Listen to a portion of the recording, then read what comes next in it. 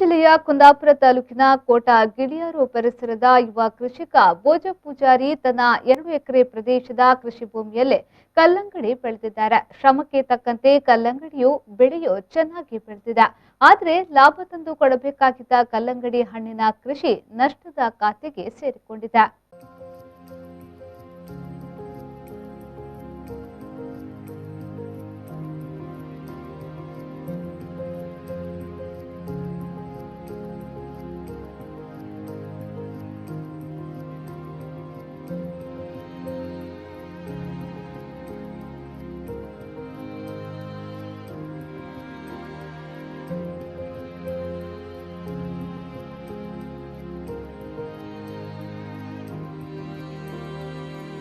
ಪ್ರತಿ ವರ್ಷ ತನ್ನ ಕೃಷಿ ಭೂಮಿಯಲ್ಲಿ ಭತ್ತ, ಉದ್ದು, ಅವಡೆ ಹೀಗೆ ನಾನಾ ರೀತಿಯ ಬೆಳೆಯ ಜೊತೆಗೆ ಲಾಭದಾಯಕ ಕಲ್ಲಂಗಡಿ ಹಣ್ಣಿನ ಕೃಷಿಯನ್ನ ಭೋಜ ಪೂಜಾರಿ ಬೆಳೀತಾರೆ.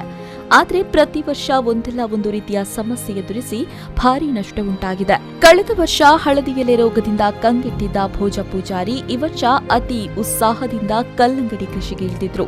ಆದರೆ ಈ ಬಾರಿಯೂ ಲಾಭದ ನಿರೀಕ್ಷೆ ಹುಸಿಯಾಗುವಂತೆ ಮಾಡಿದೆ. ಕೊಯ್ಲಿಗೆ ಬರುವ ಸಂದರ್ಭದಲ್ಲಿ ಅಕಾಲಿಕ ಮಳೆ ಎಂಬುದು ಬೆಂಬಿಡದ ಭೂತದಂತೆ ಕಾಡಿದೆ.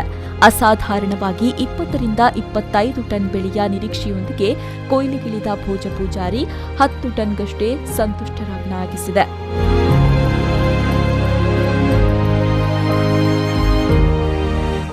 2 ಎಕರೆ ಕರ್ಗುಂಜಿ ಹಾಕೋದು, ಅದರಲ್ಲಿ ವರ್ಷದಲ್ಲಿ 2 ಬೆಳೆ. ಕಳೆದ ಬೆಳೆ ಆದರೂ ಸಾಧಾರಣ ಅಂತ ಹೊಡೆತ ಕೊಡಲಿಲ್ಲ. ಒಂದು 15-20 ಟನ್ ಮಾರೋಕ್ಕೆ ಸಿಕ್ಕೀತೆ, ಒಂದು 10-12 ರೂಪಾಯಿ ರೇಟು ಸಿಕ್ಕೀತೆ. ಈ ಸರ್ತಿ ಆಪಕ್ಕಾದರೂ ಒಂದು 25-30 ಟನ್ ಕರ್ಗುಂಜಿ ಆಯ್ತು. ಅದ್ರಾಗ 15 ರಿಂದ 20 ಟನ್ ಕರ್ಗುಂಜಿ ಅಕಾಲಿಕ ಮಳೆಯಿಂದ ಹಾಳಾಗಿ ನಮ್ಗೆ ಬೆಳೆ ತೆಗೋಕೆ ಆಗಲಿಲ್ಲ, ಫಸಲು ತೆಗೋಕೆ ಸಿಗಲಿಲ್ಲ. ಇನ್ನು 10 ಟನ್ನಲ್ಲಿ ಎಷ್ಟು ರೇಟ್ ಸಿಕ್ಕುತ್ತೋ ಗೊತ್ತಿಲ್ಲ. 2 ರಿಂದ 3 ರೂಪಾಯಿ 5 ರೂಪಾಯಿ ಅಂತಾರೆ. ಇದು ಮಾರುವುದು ಕಷ್ಟ ಈ ಲಾಕ್ಡೌನ್ ಸಮಸ್ಯೆಯಿಂದ. ಅದರೊಟ್ಟಿಗೆ ಅಕಾಲಿಕ ಮಳೆ. ಇದಕ್ಕೇನಾದರೂ ಸರ್ಕಾರ ಈ ಕರ್ಗುಂಜಿ ಕೃಷಿಕರು ಅಥವಾ ಕೃಷಿಕರ ಬಗ್ಗೆ ಜಾಸ್ತಿ ಒತ್ತು ಕೊಟ್ಟು ಏನಾದರೂ ಪ್ರೋತ್ಸಾಹನೋ ಅಥವಾ ನಷ್ಟ ಬರ್ತುವಂಥ ವ್ಯವಸ್ಥೆ ಸರ್ಕಾರದಿಂದ ಆಯ್ಕೆ ಅಂತೇಳಿ ನಾವು ಆಗ್ರಹ ಮಾಡೋದು.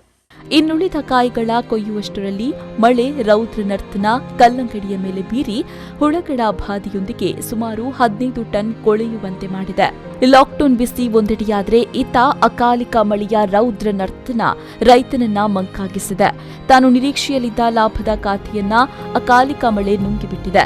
ಒಳ್ಳೆಯ ದರ ಈ ಬಾರಿ ಸಿಗಬಹುದೇನೋ ಎಂಬ ನಿರೀಕ್ಷೆಯೊಂದಿಗೆ ಕಾಯಕಕ್ಕೆ ಇಳಿದ ಭೋಜ ಪೂಜಾರಿಯವರಿಗೆ ಲಾಕ್ಡೌನ್ ಅಕಾಲಿಕ ಮಳೆ ಭಾರೀ ನಷ್ಟವುಂಟು ಮಾಡಿದೆ. ಸದ್ಯ ಸಾಲದ ಸುಳಿಯಲ್ಲಿ ಸಿಲುಕಿರುವ ರೈತನಿಗೆ ಸರ್ಕಾರದ ಸಹಾಯ ಹಸ್ತ ಬೇಕಾಗಿದೆ.